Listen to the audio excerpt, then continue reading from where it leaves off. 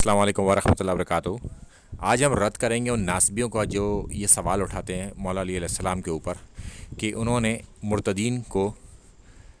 جلا کے سزا دی، یعنی کہ ان کو سزائے موت دی اور جلانے کے ذریعے دی، یعنی کہ انہیں جلا دیا گیا۔ یہ بخاری کی یہ حدیث پیش کرتے ہیں 3017 جو آپ کے ڈسپلے پر موجود ہے، اور کہتے ہیں کہ مولا علیہ السلام نے یہ غلط کیا اور ان کے اوپر الزامات لگاتے ہیں کہ انہوں نے یہ اللہ کے رسول صلی اللہ علیہ وسلم کی شریعت کے خلاف کام کیا۔ اور حضرت عبداللہ ابن عباس رضی اللہ تعالیٰ عنہ کا اس میں قول لاتے ہیں ساتھ میں، اسی حدیث کے اندر موجود ہے کہ وہ یہ کہتے ہیں کہ اگر میں ہوتا تو میں یہ نہ کرتا، کیونکہ یہ سزا تو اللہ کی طرف سے ہے، یعنی کہ اللہ یہ سزا دیتا ہے، مگر مرتدین کی سزا سزائے موت ہی ہے۔ اس کا اگلا ترک ایک موجود ہے جو جامعہ ترمذی کا ہے 1458، سیم حدیث وہاں بھی چلتی ہے، اور ان مرتدین کی سزا سزائے موت ہی ہے، مگر ان کو جلوا دیا گیا۔ حضرت عبداللہ ابن عباس رضی اللہ تعالیٰ عنہ پھر وہی بات دہراتے ہیں جو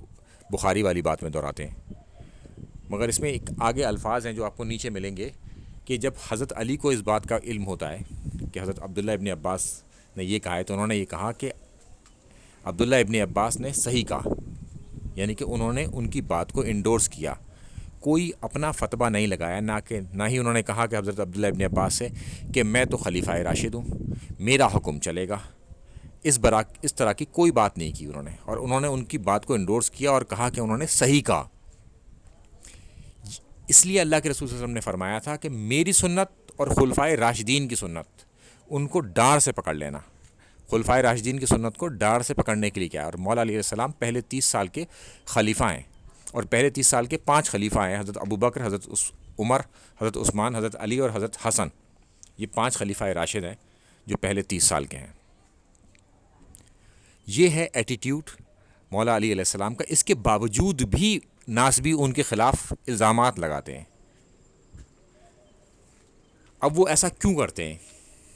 اس کی وجہ میں اگلی حدیث آپ کو دکھاتا ہوں کہ یہ ہے سنن نسائی کی حدیث 4684۔ اس میں حضرت معاویہ ایک حکم جاری کرتے ہیں اور کہتے ہیں کہ اگر کسی کو چوری کا مال پایا جائے، یعنی کہ آپ کے اگر اونٹ کی کسی نے چوری کر لی ہے اور آپ کا اونٹ کہیں پایا جائے تو آپ اسے قبضہ لو۔ جبکہ صحابی رسول صلی اللہ علیہ وسلم کا جو گورنر تھے ان کو جب یہ خط ملا معاویہ رضی اللہ تعالیٰ عنہ کا، تو انہوں نے کہا کہ اللہ کے رسول صلی اللہ علیہ وسلم کی یہ حدیث ہے کہ جس کے پاس وہ مال ملے گا اس نے بھی تو چور سے خریدا ہوگا، تو لہٰذا اس سے وہ مال خرید لیا جائے یا پھر چور کی تلاش کی جائے، مال کے قبضہ کرنے کا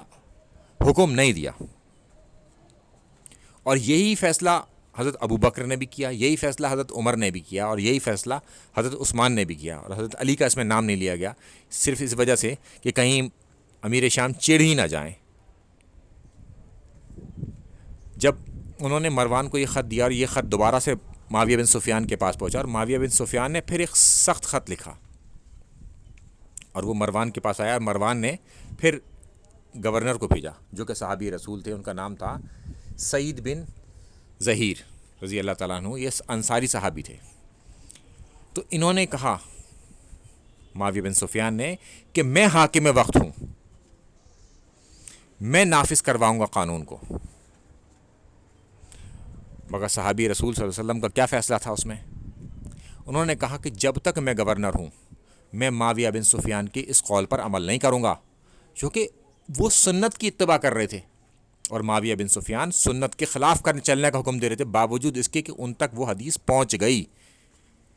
حدیث پہنچنے کے باوجود بھی وہ اپنی ہٹ دھرمی پر اڑے رہے۔ یہ ہے غلطی۔ اس غلطی کو چھپانے کے لیے وہ مولا علیہ السلام پر الزامات لگاتے ہیں۔ مولا علیہ السلام سابقون الاولون ہیں، سورہ توبہ آیت نمبر 100 کہ اللہ تعالیٰ فرماتا ہے کہ سابقون الاولون، مہاجرین اور انصار، ان کی اتباع جو احسان کے ساتھ کرے گا اللہ اس سے راضی، ان کی تو اتباع کرنے سے اللہ راضی ہو جائے گا۔ اور ان کا فیصلہ یہ کہ فوراً انہوں نے انڈورس کی حدیث کو، اور ان کا فیصلہ معاویہ بن سفیان کا، انہوں نے مخالفت کر دی اور اپنا حکم ہی منوایا، باوجود اس کے کہ حدیث پہنچ گئی. یہ تھے ان کے باغی تیور اسلام سے. اور یہ تو طلقہ میں سے تھے, یہ کیسے اس طرح کی بات کر سکتے تھے؟ مولا علی علیہ السلام تو بدری تھے, بدری صحابی کی اگلی پچھلی تمام خطائیں معاف ہیں, اس کے باوجود بھی انہوں نے عبداللہ ابن عباس رضی اللہ عنہ کے فیصلے کو, ان کی بات کو انڈورس کیا. اور مولا علیہ السلام کیونکہ خلیفہ راشد تھے, اس کے باوجود بھی وہ انڈورس کرتے ہیں. اور یہ طلقہ جو فتح مکہ کی بات اسلام لانے والے معاویہ بن سفیان, انہوں نے حدیث پہنچنے کے باوجود بھی اپنا حکم ہی منوایا اور مانے نہیں. اس بات کو ناسبی چھپانے کے لیے مولا علیہ السلام پر مختلف الزامات لگاتے ہیں, اور ہمیں ان الزامات کا تحقیقی جائزہ لینا چاہیے تمام حدیثوں کو جمع کرنے کے بعد. یعنی کہ ایک پکچر میں جب ہم ساری چیزوں کو لے آئیں گے تبھی بات کلیئر ہوگی, ورنہ کلیئر نہیں ہو پائے گی. تو لہٰذا ہماری یہی کوشش ہونی چاہیے کہ ہم سب چیزوں کو ایک جگہ جمع کر کے دیکھیں اور ناسبیوں کا گھیراؤ کریں صحیح سے. چونکہ ناسبیوں کا رد قرآن و حدیث کے اندر موجود ہے. یہ چال بازی سے تو آپ کو دھوکہ دے سکتے ہیں ایک حدیث کو دکھا کے, مگر جب پورا کانٹیسٹ آپ دیکھیں گے تو پھر آپ کو معلوم ہوگا کہ یہ جو چال بازی کر رہے تھے وہ غلط تھی.